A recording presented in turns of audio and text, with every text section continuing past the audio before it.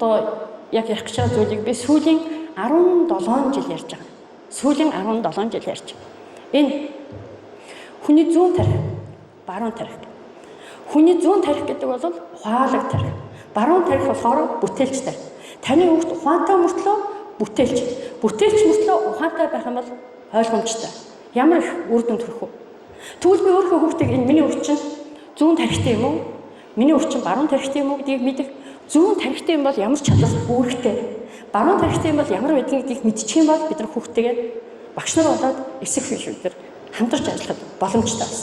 Америкийн эрдэмтэн тийм ээ Рожер Спери 1960 оноос эхлэх хүний тархийг судлаад 1981 онд анагаахын шинж ухаанд Нобелийн шагнал ирсэн. Өнөөдөр залуучууд интернет рүү ороод Нобелийн шагнал гэсэн сайтыг үзээд тэрэн дээрээ анагаахын ухаан гэдгийг гаргаад тэгээ 80-ийн оныг судлах юм бол тэн дээр энэ англи хэлээр баруун тарих, зүүн тарих, баруун зүүн тарихны үүрэг гэдэг юм гараад ирсэн гэж. Тэгээд эндээс бид нар хүүхдэд чадах юм бол хүүхдийг ажиллах боломж нэгнэ гэж үздэг. Тэгэхээр энэ нөгөө эрдэмтний хийсэн судалгаа юм байна. Зүүн тарих гэдэг бол ухаалаг тарих гэж хэлсэн тийм ээ. Анализ, дүн шинжилгээ, шалтгаан, үр дагавар энэ бүхэн хөгжих юм бол таны хүүхэд зүүн тарих. Хэрвээ таны хүүхдээ мэдрэмж, төсөөлөл, урлаг, уран сайхан энэ талны хөгжих юм бол таны хүүхэд баруун тарих. Зүүн тарихын хөгжсөн хүмүүс ямар байдаг гэж тийм ээ? Эрдэмтэд, шинжлэх ухааны хүмүүс. Баруун тарихын хөгжих юм бол байгууллагын дарга, улс төрчид, менежерүүд голдуу баруун тарихтан байдаг юм байна гэсэн ийм судалгааг эрдэмтэд ингээд судлаад гаргаад ирсэн. За хүүхдийнхээ эсвэл та өөрийнхөө би зүүн тарихтай хүн юм уу, баруун тарихтай хүн юм уу гэдгийг мэдээд юу хийх гээд байгаа. Хэрвээ таны хүүхдээ та энэ баруун зүүн тарихтан гэдгийг мэдчих юм бол таны хүүхд юунд аяастай юм? Ирээдүйд ямар мэрэгжил сонгох зүгээр юм миний хүүхд, тийм ээ? За цааш нь ердөөсөө энэ баруун зүүн тарихны тэнцлийг мэдээд яах гэдэг юм бэ? Ийм зүйлний хариу авчих юм байна. Энэ мань бүр айл эрт нэгдсэн. Бид нар энийг боловсролын салбархан ашиглаад энэ нээлтийг бид нар яаж амьдралд хэрэгжүүлэх вэ? Яаж сургуульд хэрэгжүүлэх вэ? Ингээд багш нар маань судалгаа хийгээд эхэлсэн. Тэгэхээр та нарыг би нэг хоёр зүйлийг хийгээсэй гэж байна. Бид нар ингээд эрх бүх гараа ингээд салаавчлаад үзтээ. Ингээд салаавчд барихад ингээд хардаа баруун гарын чи эрх өрөө дээр байна уу? Зүүн гар чинь байна. Баруун уу зүүн харчих. За зарим хүнийх баруун, зарим зүүн байна. Өөрийнхөө болоод хажиг хүний хардаа баруун уу зүүн үү? За энэ бол та намайг ярьж байхад миний яриаг аль тарихаараа сонсож байгааг би илэрх гинэ. Хэрвээ таны баруун гар дээрээ байвал та намайг зүүн тарихаараа сонсож байгаа. Та намайг зүүн тарихаараа сонсож байгаа бол юу яриад байгаа юм? Юун тарих? Юун зүүн тарихаар баруун тарих тийм юм байдаг юм уу? Цаастаа сони юм ярьж байна. За яг сонсоё гэдэг ингээд миний ярьж байгаа та ингээд ямар нэг юм хаалттай сонсож байгаа. Одоо та анхныхаа барьсныг өөрчлөөд эсрэгээр нь барьдаа. Анх барьсан эсрэг бүр салгаад, бүр бүх юмаа салгаад. Тэгэхээр шууд барьчихгүй. Яаж барьлаа, түрүү яаж барьлаа гэдэг нэг гарч нэг тийм анх ингээд байргингууд барьсан. Гэтэл салгаад байргингууд нөгөөд чинь тийм нэвтэх биш байгаа байхгүй. Тэгэхээр бид нар хэрвээ таны баруун гар дээрээ байвал та зүүн тарихаараа, зүүн гар дээрээ байвал та баруун тарихаар намайг сонсож байгаа. Зүүн гарын дээрээ байгаа хүмүүс баруун тарихаар сонсож байгаа. Тэд нар юу ч очих вэ? Хүүе тийм үү? Ямар гоё юм бэ? Оо тийм үү? За гэдэг ингээд айгүй тийм сонирхолтой сонсож байгаа. Баруун гарынхын эрх өрөө дээрээ байгаа хүн бол намайг үгүйсгэж сонсож байгаа. Юу яриад байгаа юм бэ? За тийм байдаг юм. За яг сонсоо гэсэн мэдэхгүй. Өстө сони юм байна. Гэт ингээд үгүйсгэж сонсож байгаа гинэ. Тэгэхээр энэ бол гаднаас мэдээлэл авч байгаа. Ийм одоо эрдэмтдийн хийсэн судалгаа юм. За. Одоо бүгд ингэртэй гараа ингээд зөрүүлээ. Ингээд гартаа их зөрүүлэхэд зарим хүний баруун гар дээрээ, зарим нь зүүн гар дээрээ. Өөрснөө хажуугийнхаа хүмүүсийг хараад өөрийнхөө харч. Баруун уу зүүн. За ингээд харч. Одоо буулгаад эсрэгээр нь байна. Одоо би чинь нэг тийм хүндлэн болчихсон. Тийм нэг тийм таатай биш байна. Өөрөөр хэлбэл бид нар өрөөсгөл тарихтууд болцсон байна. Өрөөсгөл. Гэтэл та нар хүүхдэд очиод үзээрэй. Ингээд барь зүгээр маш хурдтай байна. Бид нар болохоор ингэж барьчихад нөгөө эсрэгээр нь орхил би түрүү яаж ярьлаа гэд ингээд бодож байгаад барьж байгаа. За одоо гараа ингээд зөрүүлээ гэнгүүт тийм ээ дандаа л ингэж барьдаг гэсэн үг анхны барил. Эсрэгээр нь барих гэнгүүт юу яасан эвгүй юм бэ? Энэ би чинь нэг тийм хөндлөн болчиход байна шүү дээ. Гэт ингээд нэг тийм сонир мэд.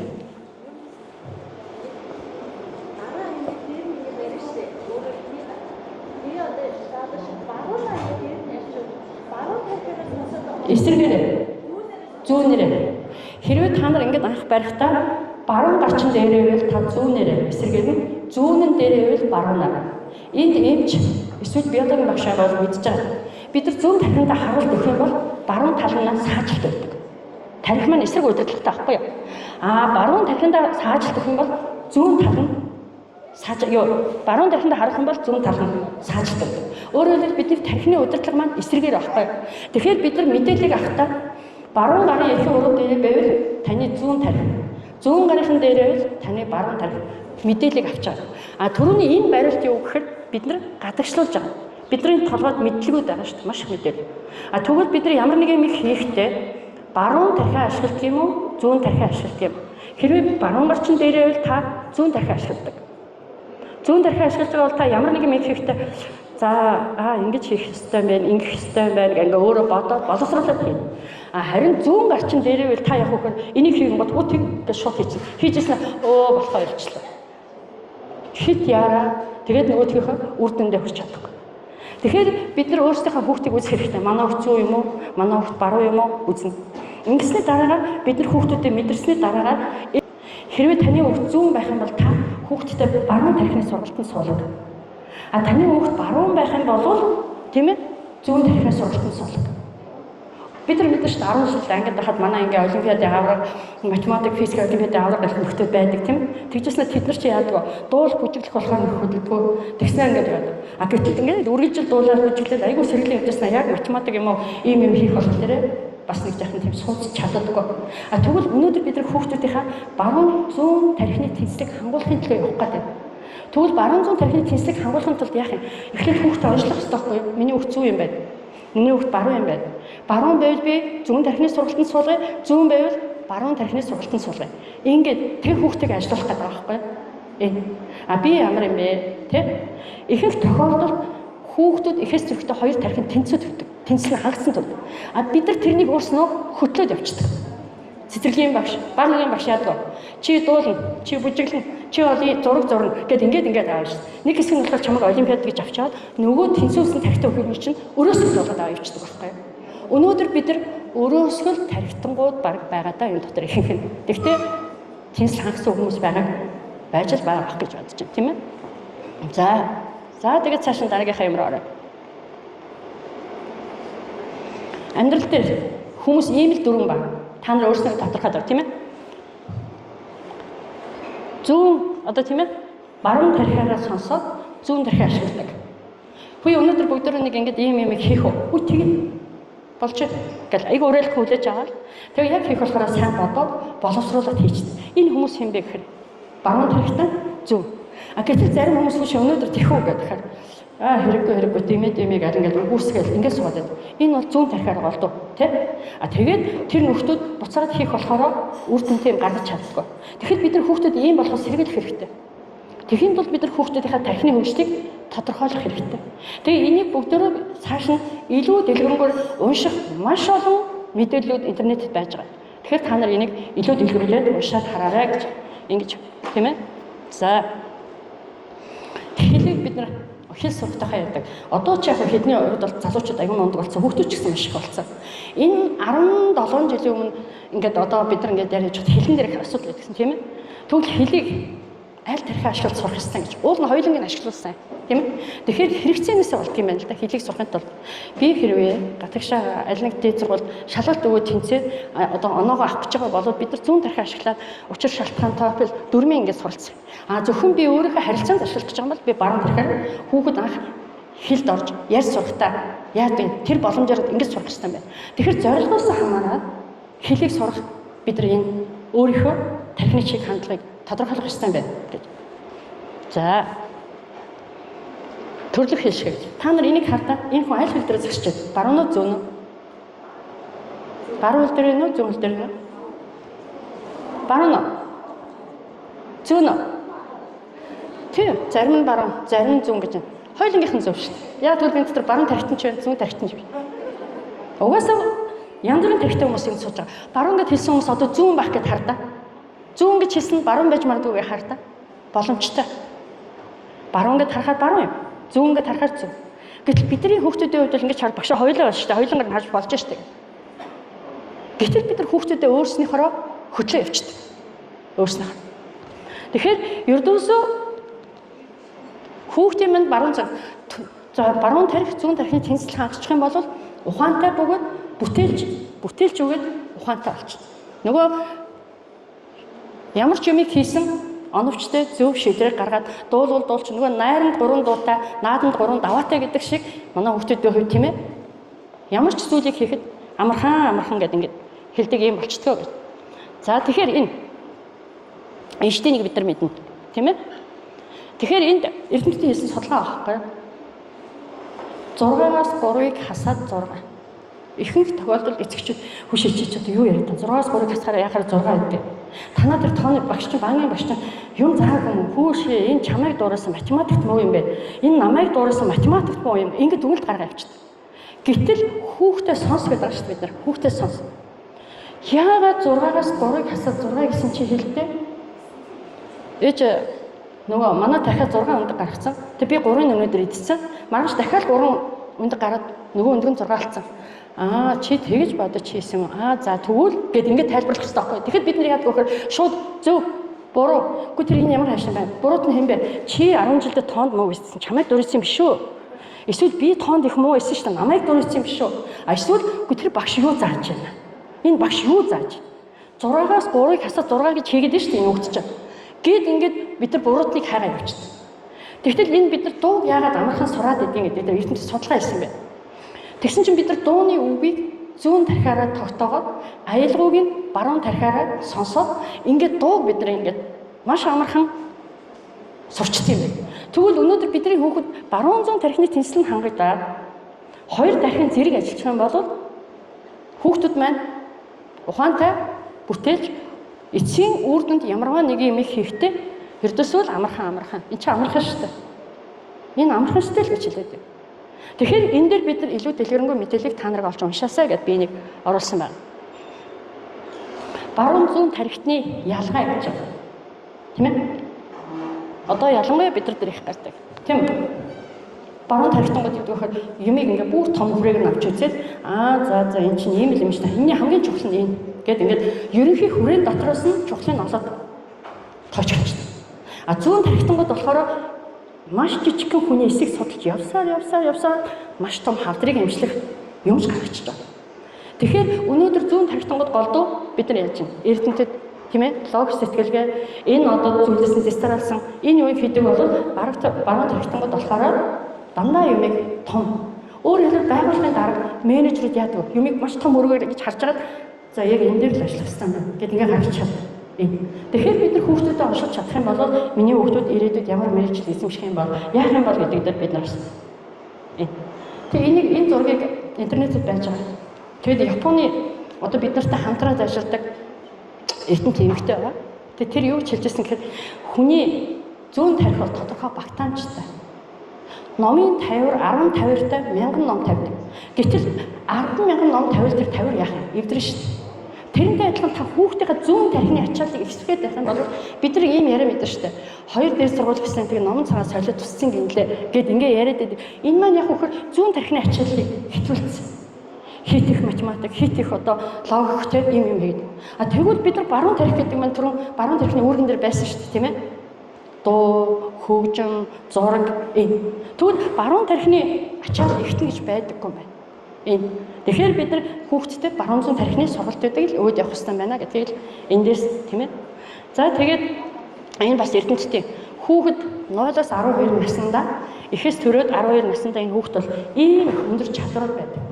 Гэтэл бид нар хүүхдэд төрөөд 0-аас 6 нас хүртэл нь ихэнх тохиолдолд гэхдээ одоо өөрчлөгдөж байгаа сүүлийн үед. Ихэнх тохиолдолд яадаг вөхөр өвдөхгүй байвал болоо. Тийм ээ? Даарахгүй бол болоо. Үлсэхгүй бол болоо. Ийм зарчмаар явхад аль үжээ нөгөө хүүхд чинь 6 нас хүрэхэд тэр нөгөө нууцлах чадварын энэ хууль нь энэ юм нь оройтцсан байдаг. Өнөөдрийн хүүхдүүд чинь эхээс төрөхдөө ээжийнхээ гидсэнд ураг байхдаа л тэр өгдлүүд байж хахад бид нар тэрийг ердөөсөө яадаг бай. Тийм ээ? Зүгээр л өвдөхгүй байг, өлсөхгүй байг, даахгүй гэдээ явчих юм бол маш харамсалтай юмд орно гэдэг. Ийм судалгааг эрдэмтэд хийгээд гаргаж байна. Энэ монголчууд энийг мэддэг. Энэ манай төдүүгай яг энийг одоо тийм ээ Монголын эртний судраас одоо ингэж бод. Бид нар монголчууд хүүхдүүдээ 0-аас 6 наснд нь 0-6 наснд нь болохоор бид нар яхаа гигинт нас гэдэг. Бид нар мэдэн шүү дээ гигинтнүүдийг хизээд тодорхойлдог байна. Тийм ээ? Илрүүлж гаргадаг байлээ. Гигинтийг таниулах ажиллагаа хийдэг шүү дээ бид нар тийм. Тэгвэл тэр бол 0-6 нас. Гигинтэн 0-6 наснд нь та хүүхдээ анхаарч чадахгүй бол одоо 6-8 наснд нь таны хүүхд суутан. Энэ үед нь та анхаарах хэрэгтэй. За ингээд болохгүй бол тэр 8-12 наснд нь ухаант нас гэдэг. Төрөний график дээр байсан шүү дээ 0-12 нас аюул чухлаа гэж. Тэгэд яг энийг бид нарт Японы багш нар танилцуулаад ингээд ярихт бид нар хүүе манай хүүхд 15 хүрсэн одоо өнгөрөө юу гэсэн чи үгүй шүү дээ. Чи энийг сураа. Энэ чамд хэрэгтэй гэж хэлж бид нар яах ёстой вэ гэхээр хүүхдүүдэд хэлэх. Өөрөөр хэлбэл тэр 6 нас, 8 нас нь шүлгийг нэг уншаад, хоёр уншаад цээжилдэг байсан бол таны хүүхд 14 5 болсон байхад илүү их хөдөлмөр, илүү их зүтгэл гарна. Тэгэхээр аль болохоор хүүхдийнхаа бага наснд бид нар анхаарах хэрэгтэй гэж. Ингээд энэ бол Монголын эртний судар бичих бас тийм ээ. Гигинтэн суудан ухаантай насны тухай нэлээд дэлгэрэнгүй байгаа. Та нар энийг төдөгөн лекснээс олж үзээрэй гэж ингэж хэлмээр байна. За.